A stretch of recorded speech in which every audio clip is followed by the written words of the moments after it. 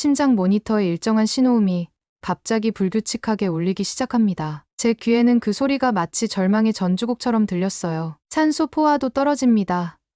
혈압 60에 40으로 급격히 하락 중입니다. 간호사 사라의 다급한 목소리가 병실 안을 채웁니다. 저는 즉시 소피의 가슴에 손을 얹고 심폐소생술을 시작했습니다. 숨을 들이마시는 순간 제 마음속으로 되뇌었죠. 의사는 생명을 살릴 수 있다고 믿는다. 이 말은 제가 의대생 시절부터 가슴에 새겨온 신념이었습니다. 하지만 소피의 작은 몸에서 느껴지는 생명의 기운은 점점 약해지고 있었어요. 제세동기 준비하세요. 팀원들이 신속하게 움직입니다. 저는 소피의 창백한 얼굴을 바라봤죠. 한때 음악으로 가득 찼던 그 아이의 모습이 떠올랐습니다. 충전 완료. 모두 물러서세요. 전기 충격이 소피의 몸을 스쳐 지나갔지만 심장 모니터는 여전히 일직선을 그리고 있었어요.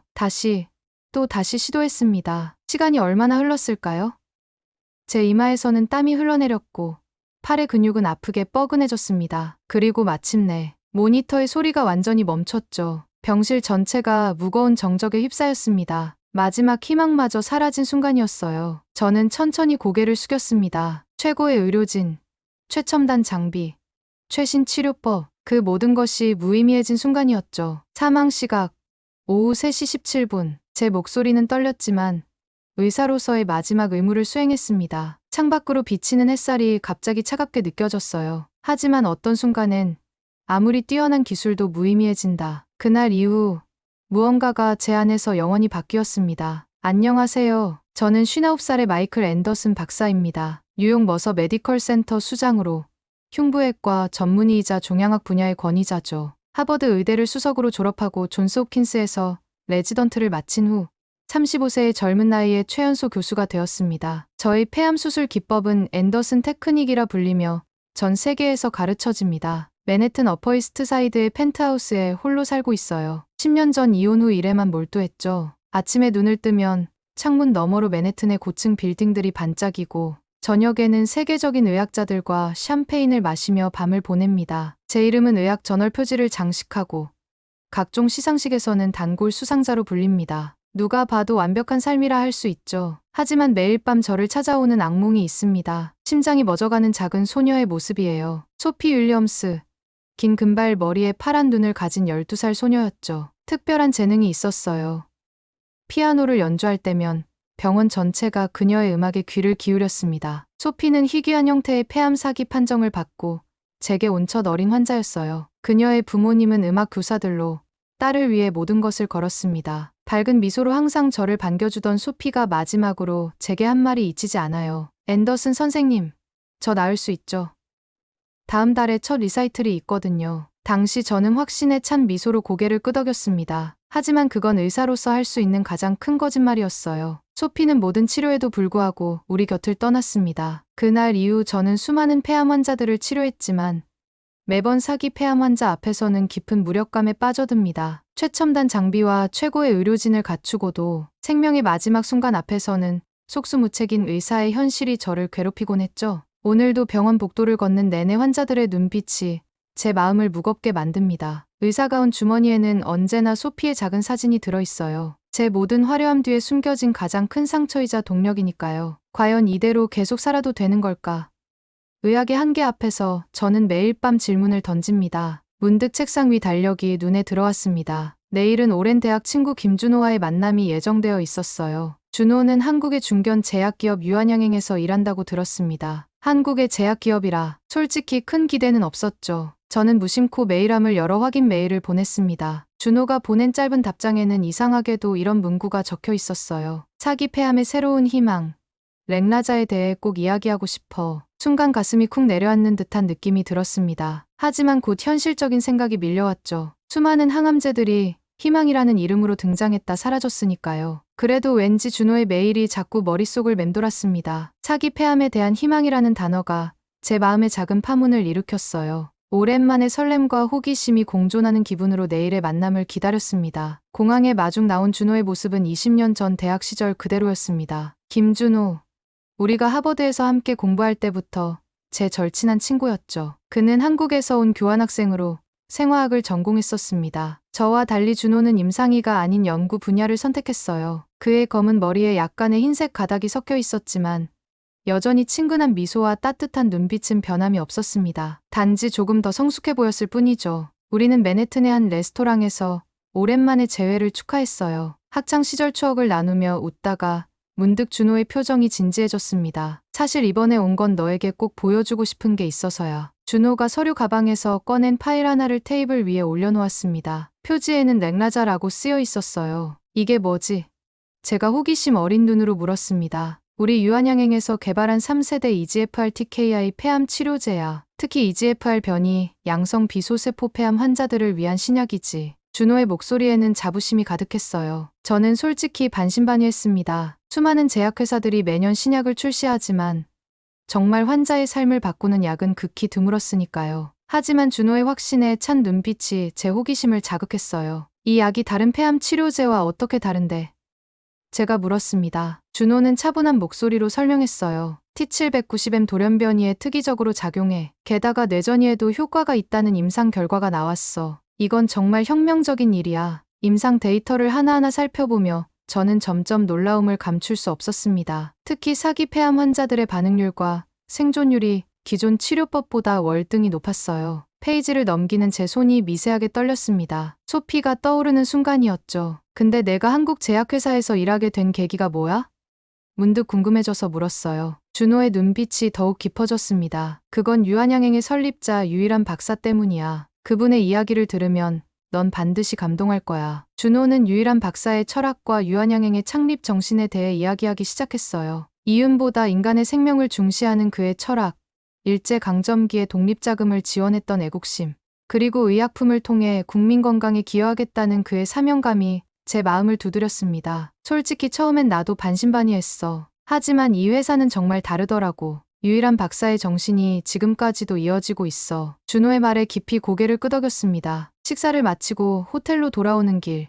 제 머릿속은 온통 랭라자와 유일한 박사의 이야기로 가득 찼어요. 이윤보다 인간 생명을 먼저 생각하는 기업 철학이라니 미국의 거대 제약회사들과는 너무나 다른 접근법이었습니다. 마치 오래전 잊고 있던 의사로서의 본질적 가치를 다시 마주한 느낌이었죠. 그날 밤 처음으로 소피의 악몽 없이 깊은 잠에 들 수 있었습니다. 다음 날 아침, 저는 준호를 만나 유일한 박사에 대해 더 자세히 알고 싶다고 부탁했습니다. 커피숍에 앉아 준호가 꺼낸 한 권의 책은 유일한 평전이었어요. 표지에는 단정한 양복 차림의 한 남자가 품위 있게 서 있었죠. 유일한 박사는 1895년에 태어나셨어. 어머니의 영향으로 어린 시절부터 민족 정신과 기독교 신앙을 배웠지. 준호가 책을 넘기며 말했습니다. 저는 호기심에 찬 눈으로 사진들을 바라봤어요. 미국 미시간 대학에서 약학을 공부하던 젊은 유일한의 모습, 독립운동 자금을 모으던 시절의 사진들이 차례로 나왔습니다. 미국에서 공부했다고? 저는 놀라움을 감추지 못했어요. 그래. 1921년에 미시간 대학에서 약학 학사 학위를 받았어. 그리고 미국에서 번 돈으로 상해 임시정부에 독립자금을 보냈지. 당시로서는 상상도 못할 일이었지. 준호의 말에 저는 깊은 감동을 느꼈습니다. 1926년 유일한 박사가 유한양행을 창립한 이야기는 더욱 인상적이었어요. 일제강점기에 민족기업을 세워 국산 의약품을 만들고 이를 통해 국민 건강을 지키겠다는 그의 결심이 담긴 창립선서를 읽으며 가슴이 뭉클해졌습니다. 놀라운 건 유일한 박사가 기업을 경영하는 방식이었어. 준호가 진지한 표정으로 말했어요. 그는 이윤의 30%를 직원들과 나누는 사원주 주제를 도입했고 모든 이익의 일부는 반드시 사회에 환원했지. 저는 미국의 제약회사들을 생각했습니다. 주주 이익 극대화를 위해 약값을 끝없이 올리고 희귀질환은 수익성이 낮다는 이유로 외면하는 현실과 너무나 대조적이었어요. 병원장으로서 매일 경영진과 싸우며 환자 중심의 의료를 지키려던 제 모습이 떠올랐죠. 유일한 박사의 가장 놀라운 점은 그의 유언이야. 준호가 책의 마지막 장을 펼쳤습니다. 그는 자신의 전 재산을 장학재단과 회사에 환원했어. 단 한 푼도 가족에게 남기지 않았지. 그 순간 제 눈에서 뜨거운 것이 흘러내렸습니다. 저도 모르게 눈물이 흐르는 것을 멈출 수가 없었어요. 유일한 박사의 삶은 마치 한 편의 영화처럼 제 마음을 강하게 두드렸죠. 성공과 부, 명예를 쌓았지만 그 모든 것을 사회와 나누고 떠난 그의 모습에서 진정한 성공의 의미를 다시 생각하게 되었습니다. 이런 사람이 만든 회사에서 개발한 약이라면 저는 말을 잇지 못했어요. 준호가 따뜻하게 미소 지으며 말했습니다. 그래서 랭라자는 단순한 약이 아니야. 유일한 박사의 철학과 정신이 담긴 결정체지. 그날 저녁 호텔 창문 너머로 맨해튼의 밤 풍경을 바라보며 깊은 생각에 잠겼습니다. 지금껏 제가 쫓아온 성공과 명예는 과연 무엇이었을까요? 유일한 박사의 삶은 마치 거울처럼 제 자신을 비춰보게 만들었어요. 내일은 준호와 함께 실제 렉나자 치료 사례를 볼 예정이었습니다. 가슴 한켠에서는 설렘과 두려움이 교차했죠. 만약 렉나자가 정말 사기 폐암 환자들에게 희망이 된다면 제 인생의 방향도 바뀔지 모른다는 예감이 들었습니다. 다음 날 아침, 준호와 함께 뉴욕 소재 한 종합병원을 방문했습니다. 이곳에서는 특별 임상 프로그램으로 렉나자 치료를 받은 환자들이 있다고 했어요. 병원 복도를 걸으며 제 심장은 빠르게 뛰었습니다. 과연 그 약이 정말 효과가 있을까? 소피를 떠올리며 의구심과 기대감이 교차했죠. 병원 회의실에 들어서자 한 의사가 우리를 맞이했습니다. 김태준 박사라고 자신을 소개한 그는 한국에서 온 종양 전문의였어요. 오늘은 제가 직접 관리한 EGFR 변이 양성 비소세포 폐암 사기 환자 사례를 보여드리겠습니다. 태준 박사가 차분하게 말했어요. 스크린에 나타난 첫 번째 환자는 58세 여성이었습니다. 폐의 여러 부위에 종양이 있고 뇌로의 전이까지 진행된 상태였죠. 기존 치료에 내성이 생겨 더 이상의 옵션이 없던 환자였습니다. 태준 박사가 설명을 이어갔어요. 이 환자는 렉나자 투여 3개월 후부터 놀라운 변화를 보였습니다. 스캔 결과를 함께 보시죠. 스크린에 나타난 치료 전후 영상을 보며 제 입에서 작은 탄성이 흘러나왔습니다. 폐 속 거대한 종양들이 현저히 줄어들었고 일부는 완전히 사라진 모습이었어요. 뇌전이 병변도 크게 감소했습니다. 이건 믿기 어려운데요. 제가 떨리는 목소리로 말했습니다. 더 놀라운 사례가 있습니다. 태준 박사가 다음 환자의 차트를 보여주었어요. 이분은 42세 남성 환자로 진단 당시 이미 간과 뼈로 전이가 진행된 상태였습니다. 화면에 나타난 치료 전후 영상은 더욱 충격적이었어요. 6개월간의 렉나자 치료 후 모든 전이 병변이 90% 이상 감소했습니다. 환자의 활력 상태도 크게 개선되어 일상생활이 가능해졌다고 했어요. 이건 단순한 종양 축소가 아닙니다. 이 환자들의 삶의 질이 극적으로 개선되었어요. 태준 박사의 말에 깊이 공감했습니다. 회의실을 나와 실제 환자를 만나는 기회도 있었어요. 휠체어에서 완전히 벗어나 건강한 모습으로 걸어다니는 환자들, 가족들과 함께 웃으며 대화하는 환자들의 모습에 제 눈시울이 붉어졌습니다. 그들의 눈빛에서 죽음의 공포가 아닌 삶에 대한 희망을 볼 수 있었어요. 특히 기억에 남는 건 렉나자 투여 후 10개월째 완전관의 상태를 유지하고 있는 존 하퍼라는 환자였습니다. 그는 제게 다가와 손을 꼭 잡으며 말했어요. 의사 선생님, 저는 이제 제 손자의 대학 졸업식을 볼 수 있게 되었어요. 이건 기적입니다. 그 순간 소피의 얼굴이 떠올랐습니다. 만약 소피가 렉나자를 만났다면 어땠을까?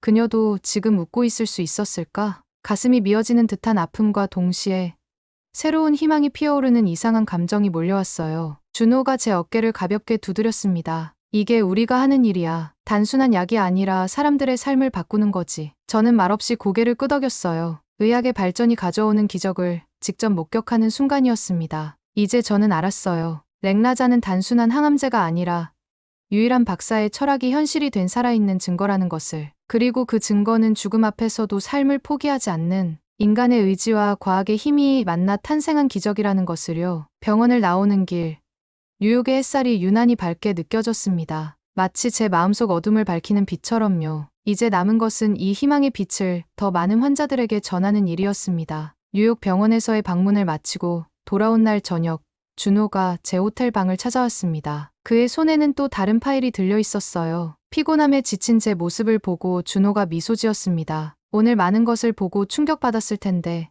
마지막으로 하나만 더 보여줄게. 준호가 조용히 말했어요. 저는 무슨 자료인지 궁금해하며 파일을 받아들었습니다. 표지에는 Hope for All Project라고 적혀 있었죠. 첫 페이지를 넘기자 제 눈을 의심할 수밖에 없었어요. 그것은 유한양행에서 경제적으로 어려운 폐암 환자들에게 렉나자를 무료로 제공하는 프로그램에 관한 문서였습니다. 이게 진짜야? 제 목소리가 떨렸어요. 준호는 고개를 끄덕이며 차분하게 설명했습니다. 유한양행은 매년 이익의 일정 부분을 이 프로그램에 할당해. 특히 개발도상국이나 의료 혜택을 받기 어려운 지역의 환자들을 위한 거지. 문서를 읽어내려가며 저는 점점 더 충격을 받았습니다. 약품 무상 지원뿐 아니라 현지 의료진 교육, 치료 시설 구축까지 포함된 종합적인 프로그램이었어요. 특히 소아 폐암 환자들을 위한 특별 지원 항목에서 제 손이 멈췄습니다. 이건 이윤을 추구하는 기업이 할 수 있는 일이 아니잖아. 제가 믿기지 않는다는 듯 중얼거렸어요. 준호가 진지한 표정으로 말했습니다. 바로 그거야. 유한양행은 일반적인 제약회사가 아니야. 유일한 박사의 이익 사회 환원 철학이 지금까지 이어지고 있는 거지. 갑자기 물컵을 쥐고 있던 제 손에 힘이 빠져 컵이 테이블 위로 떨어졌습니다. 물이 바닥으로 쏟아지는 것도 모른 채 저는 한동안 말을 잇지 못했어요. 머릿속에서는 제가 근무하는 병원의 이사회 회의 장면이 떠올랐습니다. 수익성 없는 치료는 최소화하라. 고가 약품 중심으로 처방을 유도하라. 매출 증대를 위한 불필요한 검사도 고려하라. 그런 지시들이 귓가에 울렸어요. 당신 괜찮아? 준호가 걱정스럽게 물었습니다. 저는 고개를 들어 준호를 바라봤어요. 제 눈에서는 눈물이 흘러내리고 있었습니다. 그것은 부끄러움의 눈물이자 깨달음의 눈물이었죠. 지금까지 환자를 위한다고 믿었던 제 의료 행위가 얼마나 시스템에 타협하고 있었는지를 깨달은 순간이었어요. 내가 잘못 알고 있었어. 제 목소리가 떨렸습니다. 제약이 이런 모습일 수도 있다는 걸 완전히 잊고 있었어. 준호는 아무 말 없이 제 어깨를 가만히 쥐었어요. 그의 따뜻한 손길에서 위로와 이해를 느낄 수 있었습니다.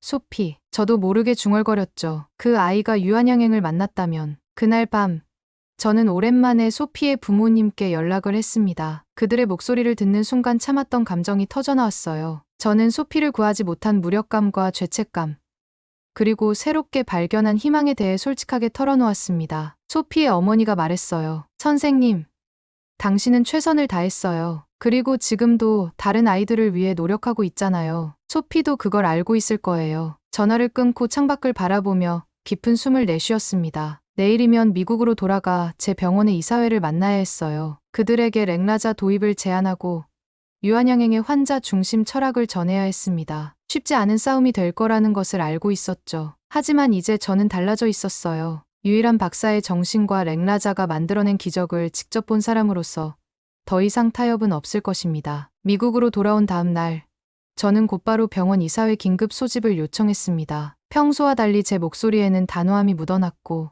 평소라면 며칠을 기다려야 할 이사회가 당일 오후에 열리게 되었죠. 중역 회의실에 들어서자 차가운 시선들이 저를 향했습니다. 12명의 이사진, 그중 9명은 투자자들의 이익을 대변하는 사람들이었어요. 오늘 긴급하게 회의를 소집한 이유는 한국의 유한양행이라는 회사에서 개발한 렉라자라는 폐암 치료제 도입을 제안하기 위해서입니다. 제가 말을 시작했어요. 프레젠테이션을 통해 렉라자의 임상 데이터, 효능, 그리고 환자들의 생존율 개선 사례를 하나하나 설명했습니다. 처음에는 호기심 어린 눈빛으로 자료를 살펴보던 이사들의 표정이 점차 변하기 시작했어요. 특히 재무이사 마이클이 먼저 반응했습니다. 굉장히 인상적인 데이터네요. 하지만 이 약의 가격은 얼마입니까? 우리 병원의 이익 구조에 어떤 영향을 미칠지 계산해 보셨나요? 저는 이미 예상했던 질문이었기에 침착하게 대답했습니다. 렉라자의 가격은 현재 미국에서 사용 중인 유사 약물과 비슷한 수준입니다. 하지만 저는 가격 협상과 함께 경제적으로 어려운 환자들을 위한 특별 프로그램도 함께 제안하고 싶습니다. 그 말에 회의실이 순간 얼어붙었어요. 다수의 이사진이 불편한 표정을 감추지 못했습니다. 병원장님, 우리는 자선단체가 아니라 의료기관입니다. 주주들에게 책임을 져야 한다는 것을 잊으셨습니까?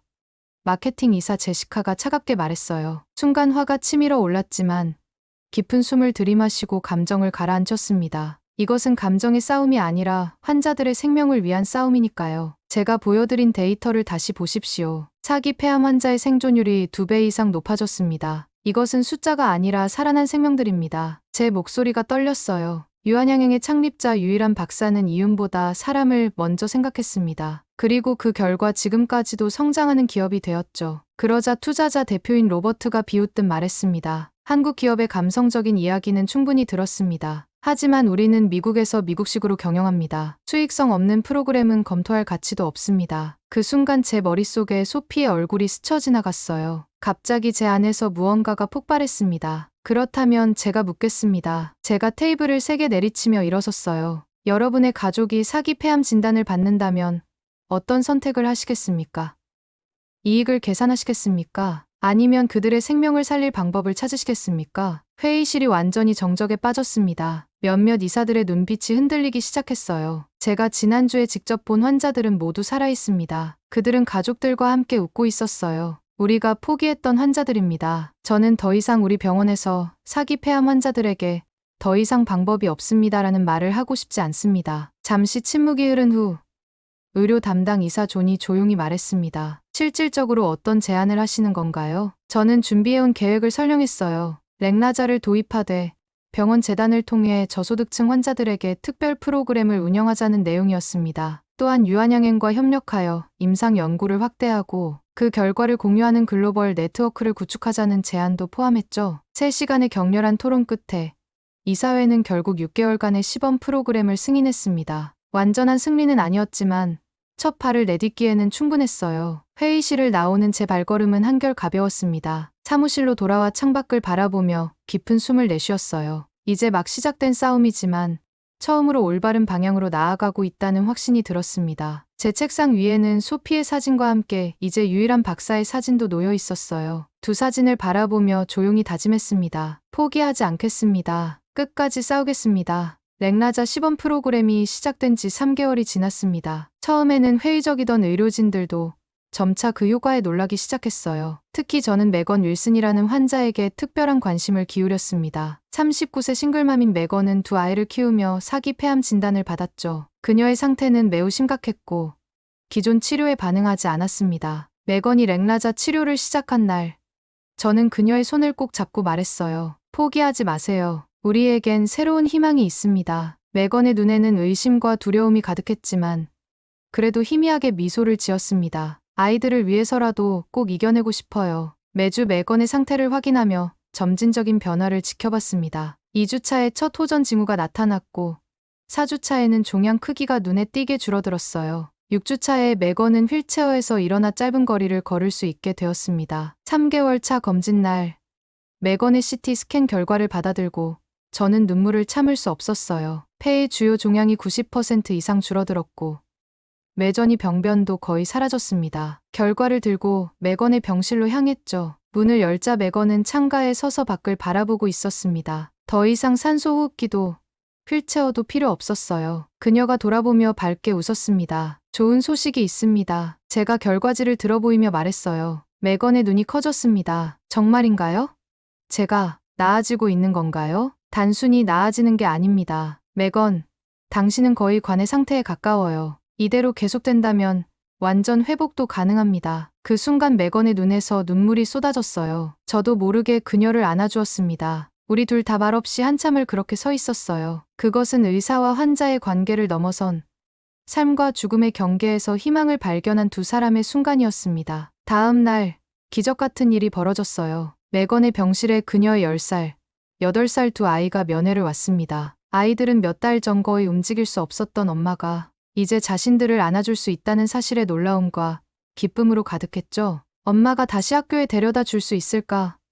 작은 아이가 물었어요. 물론이지. 이제 엄마는 어디든 너희와 함께 갈 수 있어. 메건이 대답했습니다. 그 장면을 지켜보며 문득 소피가 떠올랐어요. 소피도 이렇게 가족과 함께 웃고 있을 수 있었을까? 가슴 한켠이 아프면서도 지금 제 앞에 있는 이 가족이 다시 뭉칠 수 있게 된 것에 깊은 감사함이 밀려왔습니다. 메건의 사례가 알려지면서 병원 내 분위기도 변화했어요. 회의적이던 의사들도 렉나자를 처방하기 시작했고 이사회도 점차 프로그램 확대에 동의하기 시작했습니다. 특히 가장 큰 변화는 제 자신에게 찾아왔어요. 오랜만에 의사로서의 보람과 희망을 되찾은 것이죠. 준호에게 이 소식을 전하자 그는 한국에서 화상통화로 기뻐했습니다. 이건 단순한 한국과 미국의 연결이 아니야. 인류애와 의학의 진정한 협력이지. 준호의 말에 깊이 공감했어요. 렉나자는 단순한 약이 아니라 국경을 넘어선 협력과 인간 중심 철학의 결정체였습니다. 유일한 박사의 정신이 시공간을 초월해 이곳 미국의 환자들에게까지 생명의 빛을 전하고 있었죠. 한 달 후, 미국 국립암연구소에서 개최하는 국제종양학 심포지움에 초청받았습니다. 렉나자의 임상 성과와 저희 병원의 환자 지원 프로그램에 대해 발표해달라는 요청이었어요. 망설임 없이 수락했습니다. 이제 저는 단순한 대학병원장이 아니라 환자 중심 의료의 새로운 패러다임을 전파하는 역할을 하게 된 것이죠. 심포지움 발표를 준비하며 메건에게 연락했습니다. 그녀는 기꺼이 자신의 경험을 나누고 싶다고 했어요. 발표 당일, 메건과 그녀의 두 아이가 함께 무대에 올랐습니다. 메건이 자신의 치료 여정을 이야기하는 동안 객석의 많은 의사들과 연구자들의 눈시울이 붉어졌어요. 작은 아이가 저에게 직접 그린 그림을 건넸습니다. 그림 속에는 엄마와 아이들, 그리고 제가 함께 손을 잡고 있었어요. 그림 위에는 서툰 글씨로 엄마를 구해줘서 고마워요이라고 적혀 있었죠. 미국으로 돌아온 후 저는 병원 내에 특별한 프로젝트를 시작했습니다. 소피의 이름을 딴 소피 프로토콜이었죠. 이것은 단순한 치료 프로토콜이 아니라 소아 폐암 환자들을 위한 종합적인 접근법이었습니다. 렉나자의 효과를 어린 환자들에게 적용하기 위해 투여량과 치료 주기를 새롭게 설계했어요. 또한 경제적으로 어려운 가정의 아이들도 치료받을 수 있도록 재정 지원 시스템도 포함했습니다. 제가 소피를 치료하던 그때로 돌아갈 수 있다면, 렉나자와 소피 프로토콜이 있었다면, 그런 생각이 저를 밤낮으로 밀어붙이는 원동력이 되었어요. 미국의 선도적인 제약회사 와이드 헬스케어와 협력 체계를 구축했습니다. 와이드 헬스케어는 렉나자의 미국 내 유통권을 확보한 기업으로 이전까지는 주로 이윤 중심의 전형적인 미국 제약회사였죠. 그러나 그들의 CEO 로버트 킹에게 특별한 일이 있었습니다. 그의 어머니가 사기 폐암으로 투병하던 중 우연히 뉴스에서 렉나자에 대한 소식을 접했고 킹은 직접 저희 병원을 찾아왔던 것입니다. 앤더슨 박사님, 제 어머니를 도와주십시오. 킹이 처음 제 사무실을 찾아왔을 때 그의 눈에는 절박함이 가득했어요. 당시 그는 자신이 대형 제약회사 CEO라는 사실을 밝히지 않았습니다. 그저 어머니를 살리고 싶은 한 아들이었죠. 킹의 어머니는 렉나자 치료를 시작했고 3개월 후 놀라운 회복세를 보였습니다. 그 과정에서 킹은 렉나자의 개발 배경과 유일한 박사의 이야기를 알게 되었어요. 이윤보다 사람을 먼저라는 철학은 그에게 깊은 감명을 주었습니다. 어머니의 회복을 지켜보면서 킹은 자신의 회사가 나아가야 할 방향에 대해 심각하게 고민하기 시작했죠. 앤더슨 박사님, 저희 와이드 헬스케어는 지금까지 20년간 주주 가치만을 최우선으로 생각해왔습니다. 킹이 어느 날 자신의 정체를 밝히며 말했어요. 하지만 이제는 변화가 필요합니다. 저는 렉나자를 미국 전역에 공급하고 싶습니다. 그리고 유일한 박사의 철학을 미국 의료계에도 전파하고 싶습니다. 킹의 제안은 파격적이었습니다. 이사회는 당연히 반대했지만 킹은 자신의 지분을 걸고 이 변화를 밀어붙였습니다. 정기적인 회의에서 저는 소피 프로토콜의 개발 과정을 공유하고 와이드 헬스케어 연구진은 렉나자의 최신 임상 데이터를 전달해 주었어요. 우리의 목표는 명확했습니다. 다시는 소피와 같은 어린 생명을 잃지 않는 것. 소피 프로토콜의 첫 번째 환자는 9살 에밀리였습니다. 소피와 비슷하게 피아노를 좋아하던 에밀리는 사기 폐암 진단을 받았죠. 소피를 치료할 때와 같은 두려움이 밀려왔지만 이번에는 렉나자가 있었습니다. 에밀리의 치료 과정은 매주 기록되었고 그 데이터는 프로토콜을 더욱 발전시키는 데 활용되었어요. 6개월 후 에밀리는 놀라운 회복세를 보였습니다. 종양이 80% 이상 줄어들었고 그녀는 다시 피아노 앞에 앉을 수 있게 되었어요. 에밀리의 첫 연주의 날, 병원 로비에 그랜드 피아노를 들여놓았습니다. 환자들과 의료진들이 모인 가운데 에밀리가 쇼팽의 왈츠를 연주했죠. 그 음악은 마치 소피의 영혼이 다시 돌아온 것처럼 느껴졌습니다. 소피 프로토콜의 성과가 알려지면서 미국 전역의 병원들이 관심을 보이기 시작했어요. 특히 놀라운 일은 프로그램이 알려지면서 기부금이 늘어났다는 사실입니다. 환자의 가족들, 지역사회, 심지어 다른 병원들까지 이 프로그램에 관심을 갖고 후원하기 시작했죠. 이윤보다 사람을 먼저 생각하는 철학이 오히려 더 큰 지지와 성장을 가져온 것입니다. 1년 후 소피 프로토콜은 미국 식품의약국으로부터 혁신치료